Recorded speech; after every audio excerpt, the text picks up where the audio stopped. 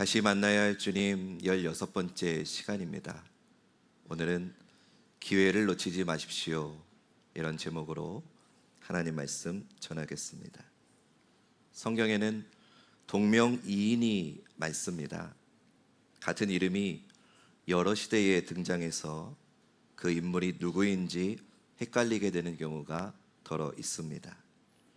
대표적으로 구약에서는 바로가 있습니다. 영어로는 파라오라고 하는데, 바로는 애굽의 왕, 이집트 왕을 의미합니다. 아브라함 때도 바로가 등장하고요, 요셉 때에도 바로가 등장합니다. 그리고 430년이 지난 모세 때에도 바로가 등장합니다. 바로는 개인의 이름이 아니라 이집트 왕을 의미하기 때문에 어느 시대이건 이집트 왕은 바로라고 하는 말을 쓴다고 보시면 됩니다. 이런 명칭 중에 신약에 나오는 대표적인 이름은 헤롯입니다. 성경에는 헤롯이라는 이름의 왕이 4명이 나옵니다. 첫 번째는 예수님이 태어나셨을 때 동방 박사들이 별을 보고 찾아왔다가 만났던 그 헤롯입니다. 말씀을 그냥 띄어만 주세요. 읽진 않고 넘어가겠습니다. 이 헤롯을 우리는 헤롯 대왕이라고 부르기도 합니다. 두 번째는 세례 요한의 목을 벤 헤롯 안디바가 있습니다. 세 번째는 베드로를 잡아서 옥에 가두었다가 이후에 벌레에게 먹혀서 죽은 헤롯이 사도행전 12장에 있습니다. 네 번째는 바울이 잡혀서 신문을 당할 때 그 앞에 섰던 아그리빠 왕이 나오는데, 이 아그리빠, 이 사람이 아그리빠 1세의 아들인 헤롯 아그리빠 2세입니다. 오늘 본문에 나오는 헤롯은 세례 요한의 목을 벤 헤롯 안디바라고 하는 사람입니다. 헤롯 안디바, 그는 자기 동생 빌립의 아내인 헤로디아를 빼앗아서 자기 아내로 삼았습니다.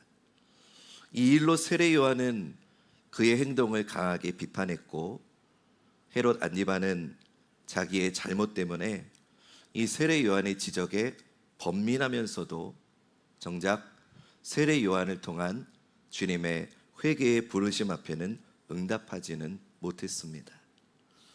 그러나 그의 아내가 된 헤로디아는 그런 세례 요한을 원수로 여겨서 죽이고 싶어 했습니다. 하지만 세례 요한이 워낙 유명했고 또 선지자와 같은 입지를 가진 인물이었기 때문에 헤롯은 사람들을 두려워해서 세례 요한 그를 감히 죽일 수가 없었습니다. 아내가 된 헤로디아가 세례 요한을 죽이지 못했던 건 아무래도 이 헤롯 왕 때문이었던 거지요. 마가복음 6장 19절과 20절이 그것을 말해줍니다. 헤로디아가 요한을 원수로 여겨 죽이고자 했을 때 하지 못한 것은 헤롯이 요한을 의롭고 거룩한 사람으로 알고 두려워하여 보호하며 또 그의 말을 들을 때에 크게 번민을 하면서도 달갑게 들음이러라. 헤롯 안디바는 세례 요한을 의롭고 거룩한 사람으로 알고 두려워했다고 합니다. 또 가끔씩 감옥에서 세례 요한을 만나서 그의 말을 들을 때마다 번민하면서도 달갑게 들었다라고 말합니다. 이런 와중에 사건이 벌어집니다.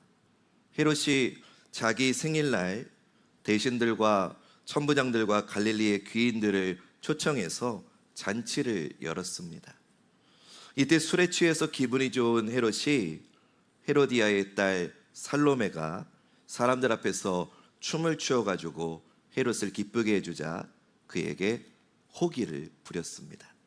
마가복음 6장 22절 23절.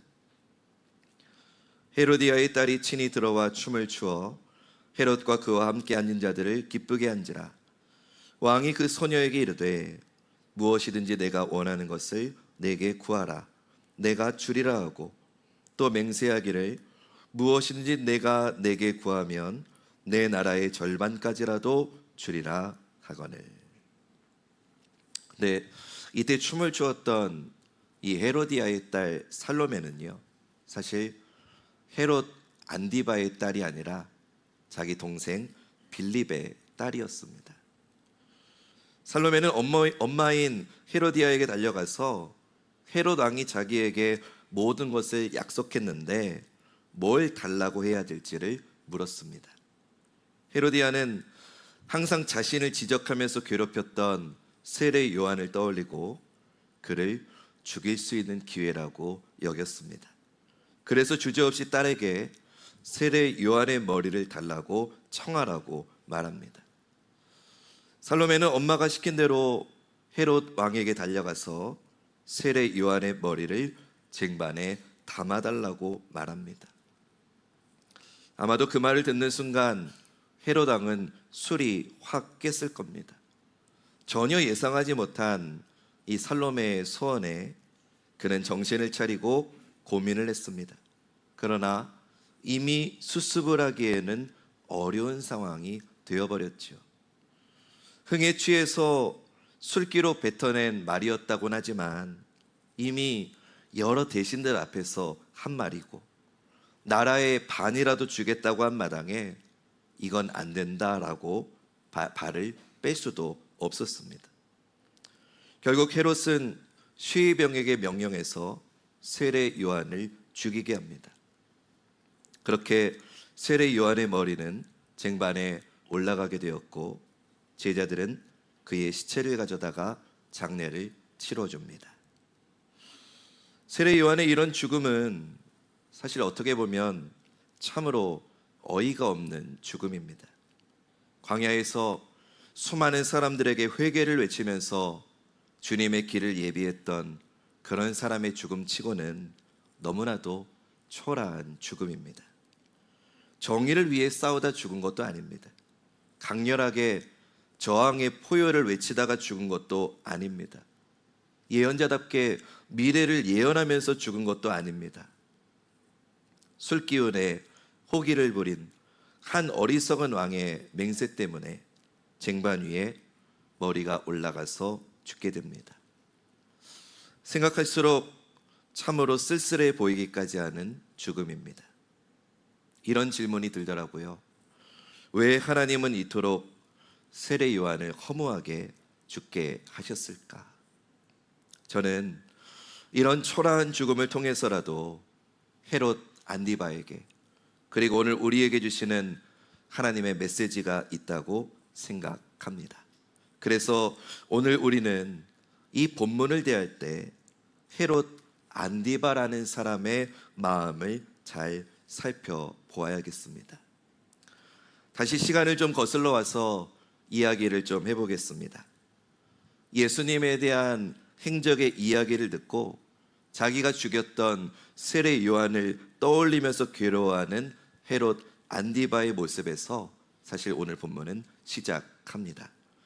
마가복음 6장 14절부터 16절 말씀 우리 앞에 화면 보시면서 읽어볼까요? 시작.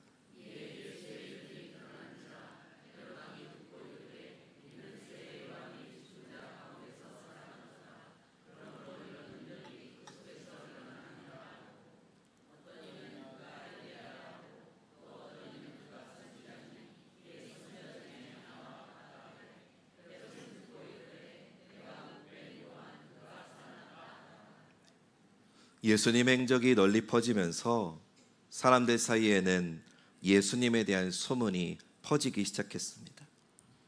사람들은 예수님이 엘리야와 같다고도 했습니다. 또 어떤 사람들은 세례 요한이 살아났다고도 했습니다.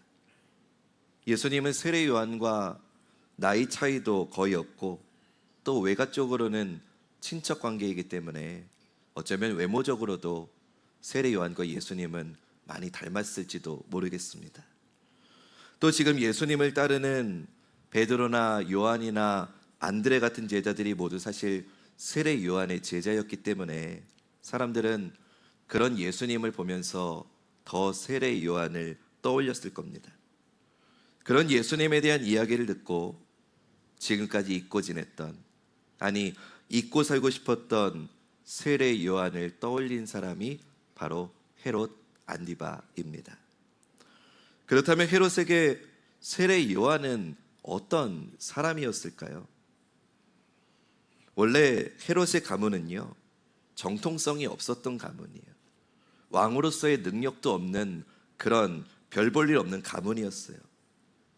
헤롯 대왕은 로마를 등에 업고 왕이 되긴 했지만 정통 유대인이 아니라 에돔 사람이었기 때문에 이스라엘 사람들은 이 헤롯을 인정하지를 않았어요. 게다가 헤롯은 정신적으로도 불안정하고 난폭한 사람이었다고 합니다. 그는 사람을 믿지를 못했어요. 어느 정도로 믿지 못했느냐? 자기 아내와 두 아들까지도 믿지 못해서 자기 아내와 아들을 죽여버린 사람이었어요. 그가 얼마나 잔인했는지 이런 말이 있을 정도였습니다. 헤롯의 아들이 되기보다 헤롯의 돼지가 되는 게 낫다.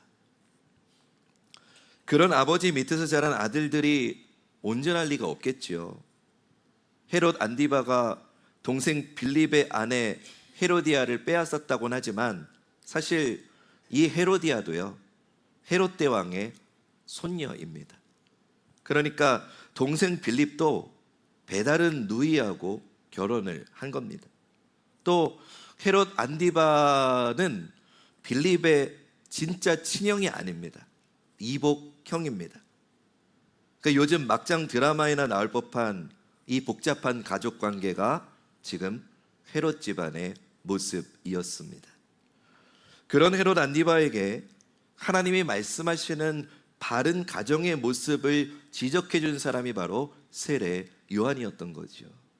세례 요한의 지적은 헤롯 가문의 그 엉망으로 꼬인 가족 관계에 바른 방향을 제시해 주었던 겁니다.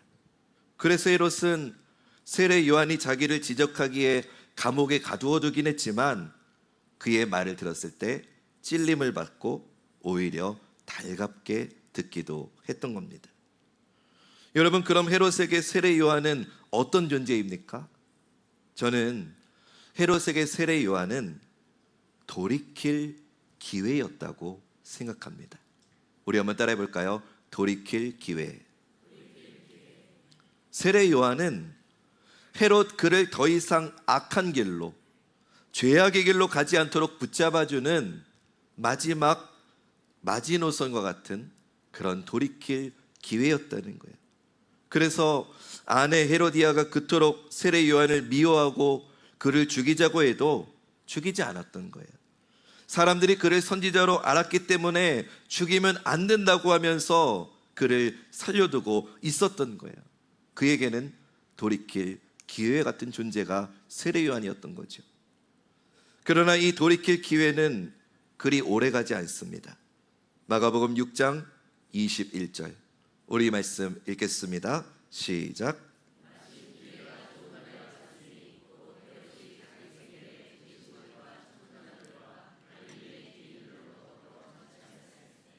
마침 기회가 좋은 날이 왔다고 시작합니다. 이 기회의 날은 헤롯에게 둘 중에 하나를 결정하라고 압박합니다. 이 기회의 날은 어떤 선택을 하느냐에 따라서 모든 것이 망가지고 후회와 한탄으로 휩싸이는 날이 될 수도 있고, 반대로 회개해서 자기의 태도를 바로잡을 수 있는 기회의 날이 될 수도 있습니다. 마침 온 이 기회가 정말 좋은 날이 될 것인지 아닌지는 온전히 헤롯 그의 판단에 달려 있었습니다. 성경에는요, 이런 돌이킬 기회를 잡지 못한 사람들의 이야기가 덜어 나옵니다. 대표적인 사람을 꼽으라면 삼손을 들 수 있을 것 같아요.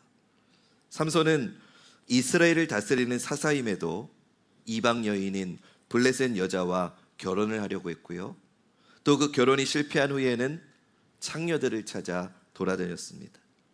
그러다가 그는 삶의 중요한 기회의 날에 들릴라라고 하는 여인과 함께 있게 되죠. 그렇게 엉망인 삶을 그토록 살았는데도 그의 힘이 약해지지 않았던 건 삼손 그에게는 돌이킬 기회가 있었기 때문이었어요. 그 돌이킬 기회는 그가 나실인으로 서원될 때 약속한 긴 머리카락이었죠. 삼손 그의 머리카락은 하나님이 함께 하신다는 상징이었어요.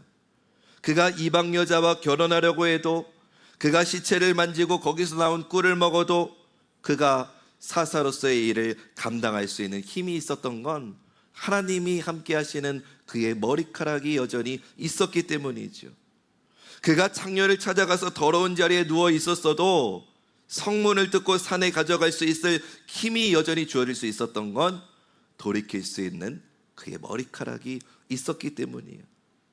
그런데 그가 들릴라에게 자기의 힘의 비밀을 말하자 어떻게 됩니까? 머리카락이 잘리고 눈이 뽑히게 되죠. 삼손 그는 돌이킬 기회를 잡지 못하고 바른 선택을 하지 못했던 겁니다. 가룟 유다에게도 이런 돌이킬 기회가 있었다는 것을 지난주에 나누었습니다. 마가복음 14장 10절 11절 말씀. 열둘 중에 하나인 가룟 유다가 예수를 넘겨주려고 대제사장들에게 가매 그들이 듣고 기뻐하여 돈을 주기로 약속하니 유다가 예수를 어떻게 넘겨줄까 하고 뭘 찾았대요? 그 기회를 찾더라. 가룟 유다는 예수님을 팔 기회를 찾았습니다.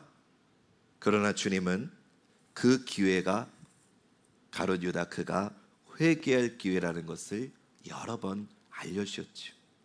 요한복음 13장 26절 말씀, 우리 이 말씀 한번 같이 읽을까요? 시작.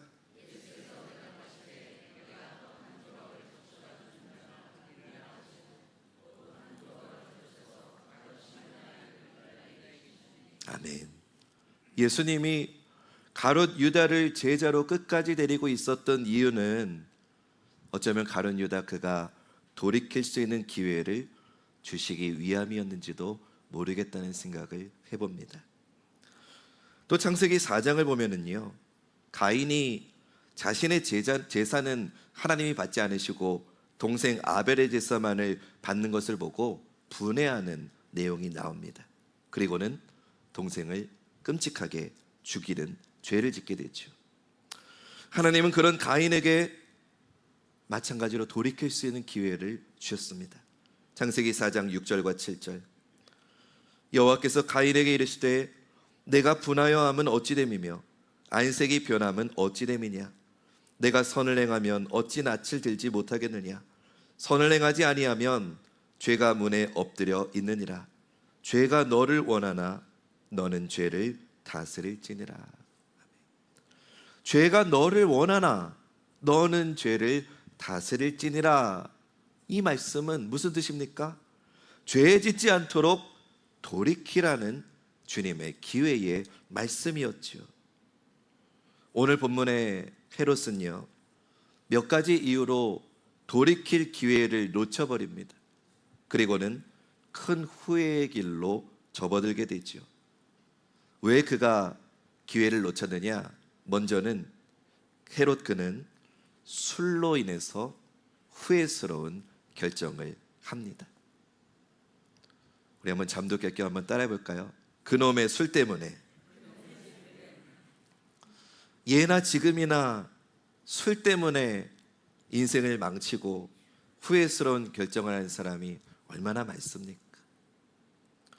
또 헤롯이 후회의 길로 접어든 또 하나의 이유는 옳은 선택을 하기보다는 사람들 앞에서 내뱉은 자기의 그 어리석은 말을 지키려고 했다는 데에 있습니다.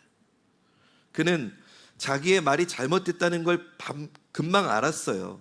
그러면 잘못된 말을 했다고 인정하고 돌이키면 됐는데 그렇게 하지를 않았다는 거죠.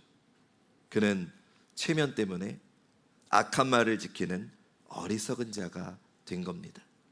마가복음 6장 26절이 그걸 말해주는데요, 우리 한번 읽어봅니다. 시작.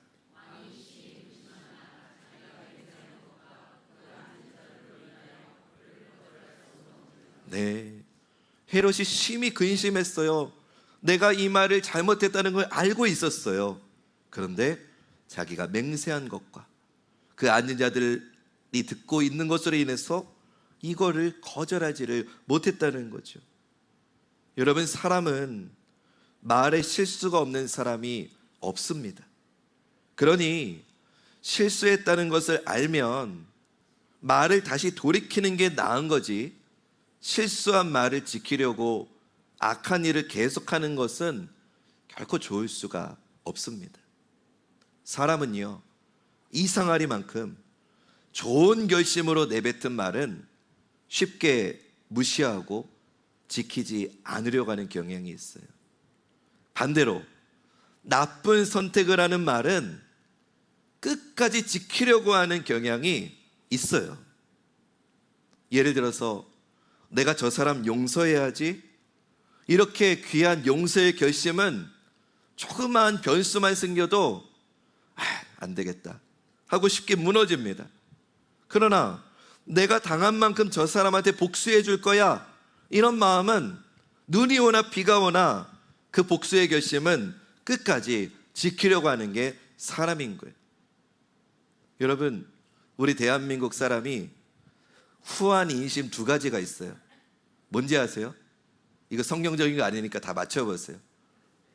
담배에 후회요, 술에 후회요. 맞아요. 담배, 술 좋은 거 아닌데 왜 그렇게 후한 거예요? 또 이상하게 사람은요, 좋은 충고는 쉽게 잊어버리면서 나쁜 말은 끝까지 마음에 담아둡니다. 그러니 여러분, 한번 잘 생각해 보세요. 잘 판단해 보세요. 내가 나쁜 결심으로 한 말들은 지키지 않아도 돼요. 나쁜 생각에서 나온 말은 번복해도 괜찮아요. 혹시라도 사람들 앞에서 실수한 말을 했다면, 내가 실수했습니다, 내가 잘 모르고 한 말입니다, 죄송합니다, 미안합니다, 이렇게 말하고 바른 길을 선택하시기 바랍니다. 제일 어리석은 사람은요, 아닌 줄 아는데, 잘못된 줄 알면서, 내가 말해놓은 게 있어서, 내가 해오던 게 있어서, 내 자존심 때문에, 내 체면 때문에 돌이키지 못하는 사람이 제일 불쌍한 사람이에요. 사랑하는 여러분, 돌이킬 수 있는 기회를 놓치지 않는 저와 여러분, 우리 모두 되기를 주님의 이름으로 축원합니다. 누가복음 9장 7절에서 9절 말씀 볼게요. 분봉왕 헤롯이 이 모든 일을 듣고 심히 당황하니, 이는 어떤 사람은 요한이 죽은 자 가운데 살아났다고도 하며, 어떤 사람은 엘리야가 나타났다고도 하며, 어떤 사람은 옛 선지자 한 사람이 다시 살아났다고도 함이라. 헤롯이 이르되, 요한은 내가 목을 베었거늘 이제 이런 일이 들리니 이 사람이 누군가 하며 그를 보고자 하더라. 헤롯은 세례 요한을 죽인 후에 얼마 동안은 후회하면서 살았지만 예수님의 이야기를 듣고 예수님을 보고 싶어 합니다. 왜냐? 예수님이 하신 말씀, 예수님의 하신 행적이 자기에게 옳은 지적을, 옳은 길을 가르쳐 주었던 세례 요한을 떠올리게 했기 때문이었어요. 그러면 헤롯은 예수님을 만나서 자기의 잘못을 회개하고 돌이켰을까요? 누가복음 13장 31절을 보면 그렇지 않았다는 것을 알 수 있습니다. 읽어보겠습니다. 시작.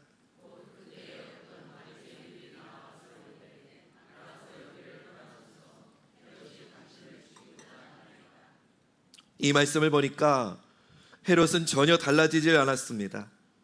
자신이 죽였던 세례 요한이 살아났다는 사람들의 말에 이제는 예수님까지 잡아서 죽이려고 합니다. 그런 그가 진짜로 예수님을 만나게 되는 이야기가 누가복음 23장에 나옵니다. 예수님이 잡히시고 빌라도에게 갔다가 빌라도가 마침 예루살렘에 와 있던 이 헤롯에게 예수님을 보낸 겁니다. 누가복음 23장 6절부터 8절. 빌라도가 듣고 그가 갈릴리 사람이냐 물어 헤롯의 관할에 속한 줄을 알고 헤롯에게 보내니 그때 헤롯이 예루살렘에 있더라. 헤롯이 예수를 보고 매우 기뻐하니 이는 그의 소문을 들었으므로 보고자 한 지 오래였고 또한 무엇이나 이적 행하심을 볼까 바랐던 연고로라. 헤롯이 예수님을 만나고 싶어 했던 이유는 정말 소문대로 어떤 놀라운 이적을 볼까 바랬기 때문이라고 전합니다. 그러나 헤롯 앞에 선 예수님은 그 어떤 대답도 그 어떤 이적도 그에게 베풀어 주지 않으셨어요. 여러분, 이 말은 헤롯 그에게는 더 이상 세례 요한도 예수님도 옳은 말을 해주는 사람이 없어졌다는 것을 뜻하는 겁니다. 예수님이 자신이 죽인 세례 요한이 아니라는 것을 헤롯이 알게 되자 그는 안도하면서 이제는 아예 대놓고 예수님을 조롱합니다. 누가복음 23장 11절. 헤롯이 그 군인들과 함께 예수를 업신여기며 희롱하고 빛난 옷을 입혀 빌라도에게 도로 보내니. 이렇게 헤롯은 일생일대에서 가장 중요한 기회를 잃어버리게 됩니다. 성경에서 나오는 이 헤롯 안디바의 이야기는 여기서 끝입니다. 저는 너무 안타깝더라고요. 사실 헤롯 안디바는 자기 집안 헤롯 왕과의 사람들 중에서 어느 누구보다도 가장 좋은 기회들을 많이 가졌던 사람이거든요. 세례 요한이 그에게 지적을 해주었잖아요. 예수님을 직접 만나기까지 했잖아요. 그럼에도 그는 자기의 욕망 때문에 자기 체면을 지키느라고 세례 요한을 죽였고 예수님을 만났으면서도 구원의 기회를 놓쳐버렸죠. 사랑하는 여러분, 이 헤롯 안디바는 하나님이 주신 마지막 기회를 체면 때문에 욕심 때문에 놓쳐버린 사람입니다. 세례 요한의 말 앞에서 마음이 찔리고 번민했지만 그 말씀을 의지해서 회개의 자리까지는 나오지를 못했습니다. 예수님을 직접 만날 기회까지 주어졌지만 오히려 예수님을 희롱하면서 그 기회를 가볍게 흘려보냈어요. 그렇게 일생일대의 기회를 앞에 두고도 헤롯 안디바 그는 돌이키지를 않았다는 거죠. 사랑하는 여러분, 오늘은 맥주 감사주일입니다. 왜 맥주 감사주일에 하나님이 우리에게 헤롯 안디바의 이야기를 주시는 걸까? 여러분, 이 맥주 감사주일은 단순히 6개월 동안 무사히 살아온 것에 감사하는 그런 날만은 아닙니다. 오늘 우리가 이 자리에 나와서 하나님 앞에 감사의 예배를 드릴 수 있다는 것 자체가 하나님이 우리에게 여전히 기회를 주고 계시다는 증거인 줄로 믿습니다. 아멘. 크게 합시다. 아멘. 사랑하는 여러분, 아직도 내가 예배할 수 있는 이 자리가 있다는 거, 아직도 내가 두 다리로 이 자리에 나와서 하나님을 예배할 수 있다는 거, 아직도 내가 다 온전히 이해하지는 못한다 할지라도 하나님의 말씀을 들을 수 있는 기회가 있다는 거, 아직도 내가 하나님의 말씀 앞에 찔림을 받아서 돌이킬 수 있는 믿음을 주셨다는 거, 그것이 바로 하나님이 우리를 결코 포기하지 않으셨다는 뜻 아니겠습니까? 그렇기에 오늘 감사주일은 나를 지켜주는 날입니다. 우리 한번 따라해 봅시다. 감사주일은 나를 지켜주는 날입니다. 아멘. 세상의 소용돌이 속에 휘둘리며 살던 나에게 주님이 나를 굳건하게 붙잡아 주시면서 사랑하는 아들아, 사랑하는 딸아, 너 잠깐 멈추고 나를 좀 바라보거라라고 말씀하시며 우리를 지켜주는 날이 감사주일인 줄로 믿습니다. 또한 감사주일은 나를 돌이키게 하는 날입니다. 우리 한번 따라해 봅시다. 감사주일은 나를 돌이키게 하는 날입니다. 지금까지 살아온 길을 돌아보면서 내가 정말 붙들어야 될 것이 무엇인지, 반대로 내가 놓아야 될 것이 무엇인지를 깨닫게 해주는 날이 감사주일입니다. 그러므로 오늘 이 맥주 감사주일이 헤롯처럼 기회를 놓치는 날이 아니라 세례 요한의 외침을 듣고 돌이키는 날, 예수 그리스도의 음성 앞에 무릎 꿇는 날이 되시기를 주님의 이름으로 축원합니다. 하나님은 우리 모두에게 지금 이 시간 새로운 기회를 주시는 거예요. 회개의 기회를 주시는 거예요. 감사의 기회를 주고 계십니다. 이 기회를 놓치지 마시기 바랍니다. 이 기회를 믿음으로 붙잡으시기 바랍니다. 이 기회가 우리의 삶을 더 큰 감사로, 더 큰 은혜로 우리를 인도할 줄로 믿습니다.